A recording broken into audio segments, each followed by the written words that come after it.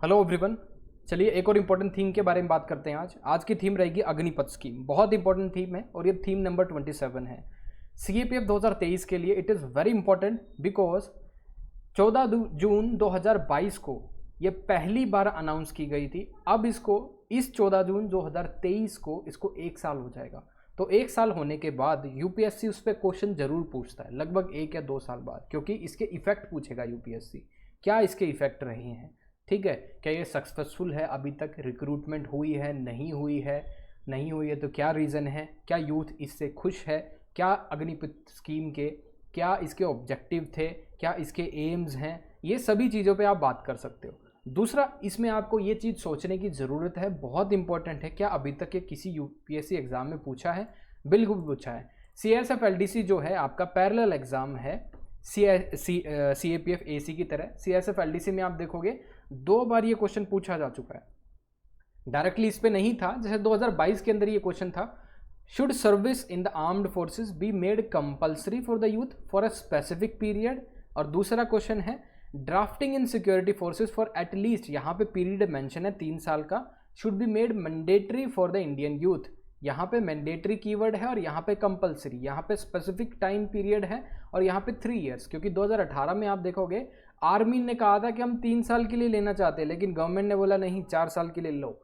ठीक है, 2018 में आर्मी ने 3 साल के लिए बोला था। इससे क्या फ़ायदे हैं, क्या नुकसान है, ये सारी चीज़ हम इस पर बात करेंगे, क्योंकि क्वेश्चन नंबर 1 में क्वेश्चन मार्क है पीछे, should service in the armed forces be made compulsory for the youth for a specific period. ठीक है, तो इन सभी चीज़ों पे हम बात करने वाले हैं अग्निपथ स्कीम पे। ठीक है, तो हुआ क्या था, थोड़ी स्टोरी आपको पता होनी चाहिए। क्या स्टोरी है इसकी? स्टोरी इज़ 14 जून 2022 को our defence minister and 3 service chief उन्होंने अनाउंस किया अग्निपथ स्कीम, जिसके अंदर अग्निपथ स्कीम के अंदर बोला कि 4 साल के लिए आपको रिक्रूट किया जाएगा तीनों डिफेंस फोर्सेस के अंदर।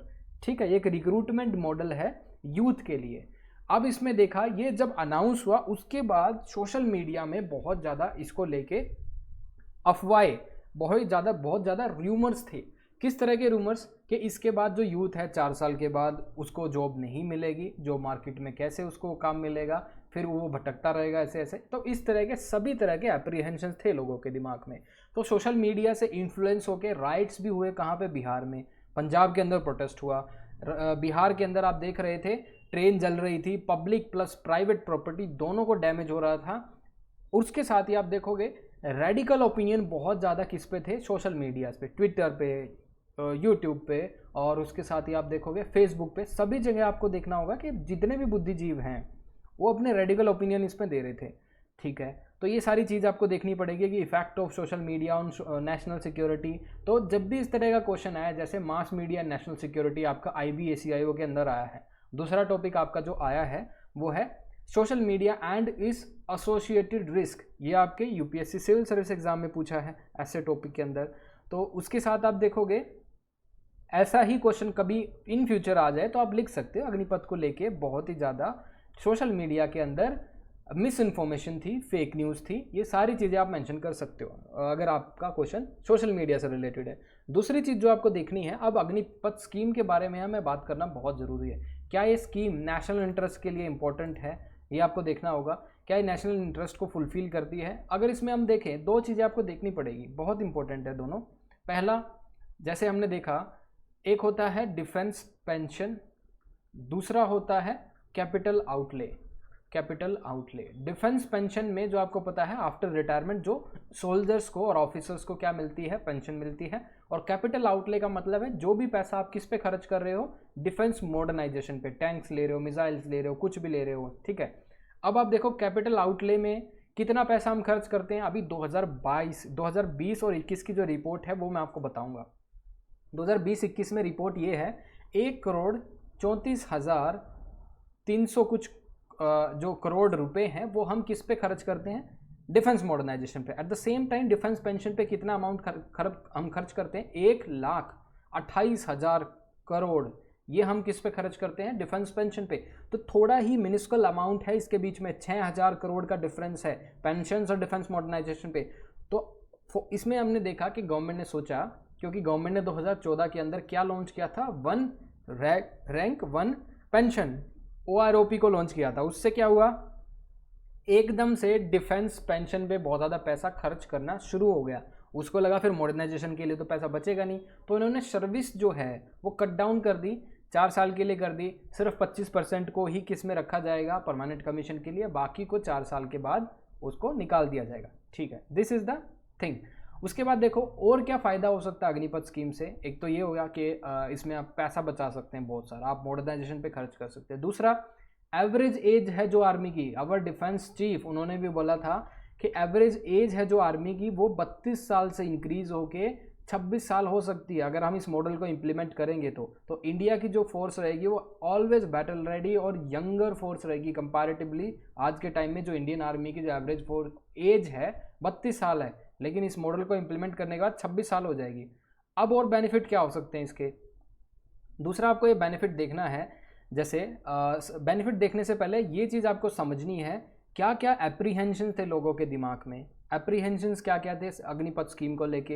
एप्रीहेंशन बहुत ज़्यादा थे कि सर्विस के बाद इन लोगों को कौन नौकरी देगा, कहाँ पे इनको एब्जॉर्ब करेंगे। So these are the apprehensions. तो उन सभी एप्रीहेंशंस को दूर करने के लिए सरकार ने क्या किया, अवर होम मिनिस्टर साहब ने बोला देखो हम क्या कर सकते हैं आपके लिए 10% रिजर्वेशन किस में दे सकते हैं, सेंट्रल आर्म पुलिस फोर्सेज में 10% रिजर्वेशन आपको देंगे। सो ये मिनिस्ट्री ऑफ होम अफेयर्स ने बोला हम आपको 10% रिजर्वेशन दे सकते हैं। At the same time private players क्या बोलते हैं, प्राइवेट प्लेयर बोलते हैं जैसे टाटा और महिंद्रा, इन्होंने बोला कि ये तो यार बहुत ट्रेंड फोर्स है, हम क्या कर सकते हैं if after the completion of their recruitment after the completion of their successful term, 4 साल के सक्सेसफुल टर्म के बाद हम इनको क्या देंगे, प्रायोरिटी देंगे अगर इनको जॉब चाहिए प्राइवेट मार्केट के अंदर, because they are already trained. थोड़ा सा ट्वीक करके इनको हम क्या कर सकते हैं, हम इनको बहुत अच्छी तरह से यूटिलाइज कर सकते हैं इनकी स्किल्स को।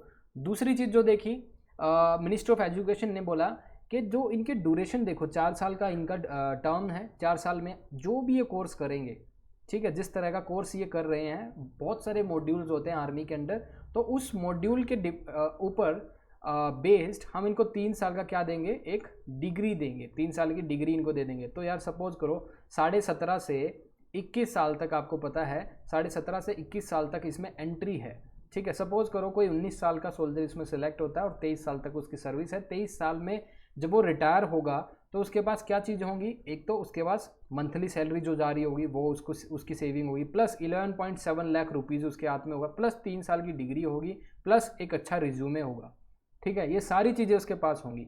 उसके साथ आप देखिए यूपी गवर्नमेंट ने क्या बोला कि हम प्रायोरिटी देंगे, किस में, will give priority in police recruitment drive के अंदर will give priority to this Agniveers को हम प्रायोरिटी देंगे। ठीक है, ये भी एक पॉजिटिव स्टेप है। दूसरा आप देखो यूके उत्तराखंड गवर्नमेंट क्या बोलती है कि ऐसी पॉलिसी हम लेके आ रहे हैं जिसमें पुलिस के अंदर इनको प्रायोरिटी दी जाएगी और डिजास्टर मैनेजमेंट के अंदर जो रिक्रूटमेंट होती है उत्तराखंड के अंदर उनमें भी प्रायोरिटी दी जाएगी। तो उत्तराखंड बोलता है कि police plus disaster management plus 4 धाम यात्रा की मैनेजमेंट होती है जो स्टेट्स की, उसमें भी इन अग्निवीरों को क्या दी जाएगी, और अग्निपथ स्कीम के अंदर जो भी रिटायर्ड होंगे उनको हम प्रायोरिटी देंगे।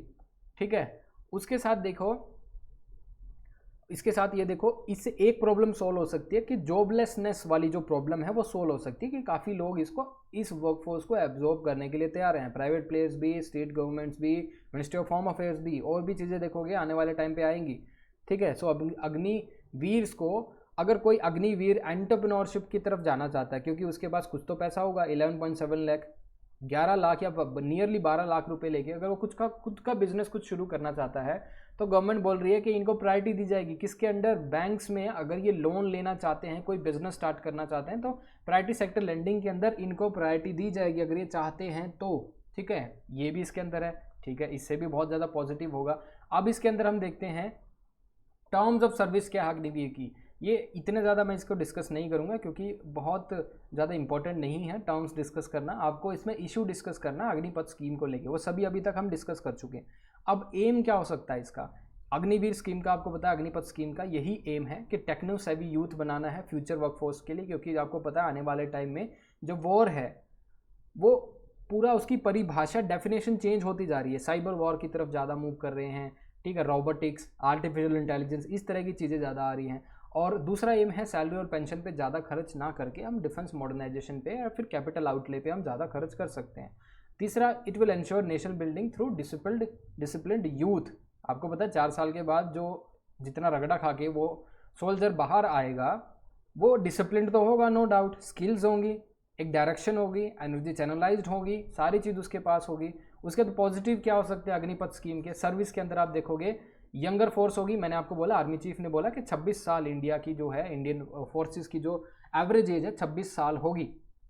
उसके बाद money for research and development and procurement of defence, कुछ पैसा भी बचेगा R&D के लिए, प्रोक्योरमेंट ऑफ डिफेंस के लिए।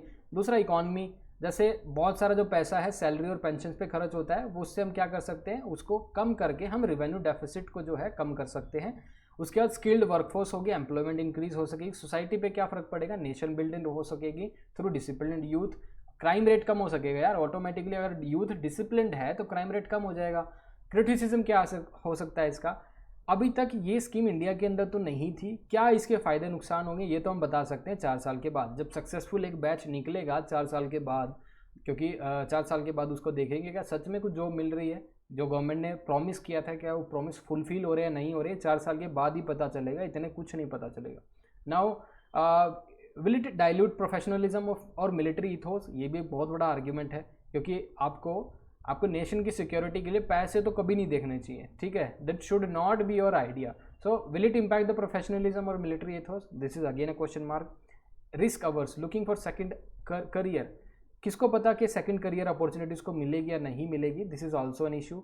डीमोबिलाइजेशन ऑफ ट्रेंड सोल्जर्स, जो कि ऑलरेडी ट्रेंड है, सरकार ने बहुत पैसा उसके ऊपर खर्च किया है, अब उसकी डीमोबिलाइजेशन हो गई है, ठीक है। साइकोलॉजिकल इम्पैक्ट हो सकता है उन सोल्जर्स पे। ग्लोबली क्या देखना है हमें, ग्लोबली ये देखना है, सिमिलरली ये सेम स्कीम यूएसए और इजराइल के अंदर है और बहुत अच्छी चल रही है, इंटरनेशनल मॉडल्स, ठीक है, तो ये भी आप इसके अंदर मेंशन कर सकते हो। So this is all with respect to your Agnipath scheme, बहुत इंपॉर्टेंट है, चांसेस है आने के, तो यहाँ से आप इसको प्रिपेयर कर सकते हैं। कोई डाउट हो तो आप हमसे आप कॉन्टेक्ट कर सकते हो, डिस्क्रिप्शन में मैंने मेंशन किया हुआ है। और तीसरी सबसे इंपॉर्टेंट बात है, ये प्रमोशनल है, असॉल्ट बैच शुरू हो चुका है CAPF 2023 के लिए। बचे हुए आपके कुछ ही आपके सपोज कीजिए 50 और 55 दिन है, इन 55 दिनों में आप क्या कर सकते हैं, उसके लिए हमने पूरा रोड मैप तैयार किया हुआ है। डेली आंसर राइटिंग होती है, सेक्शनल टेस्ट होते हैं हर 4 दिन के बाद, डिटेल इवैल्यूएशन होता है, 1-to-1 इंटरेक्शन होता है, एवरीथिंग, पढ़ने की कोई टेंशन नहीं है, मटेरियल सब कुछ दिया जाएगा, करंट अफेयर से लेके फैक्ट बुक, ठीक है। और ये सारी चीज़ इसमें है, मैं और ज़्यादा नहीं बता सकता because I am not good in promotion. I can only assure you, एक बार अगर आप तैयारी करोगे तो आपको लगेगा कि हाँ बहुत अच्छी स्टेज में आ चुके हैं आप, ठीक है। तो सारी डिटेल मैं आपको डिस्क्रिप्शन में दे दूंगा, if anybody wants to join वो ज्वाइन कर सकता है। So this is I think enough for this particular video. बाकी जो है हम नई थीम के ऊपर डिस्कशन हम कल लेके आएंगे। So thank you guys.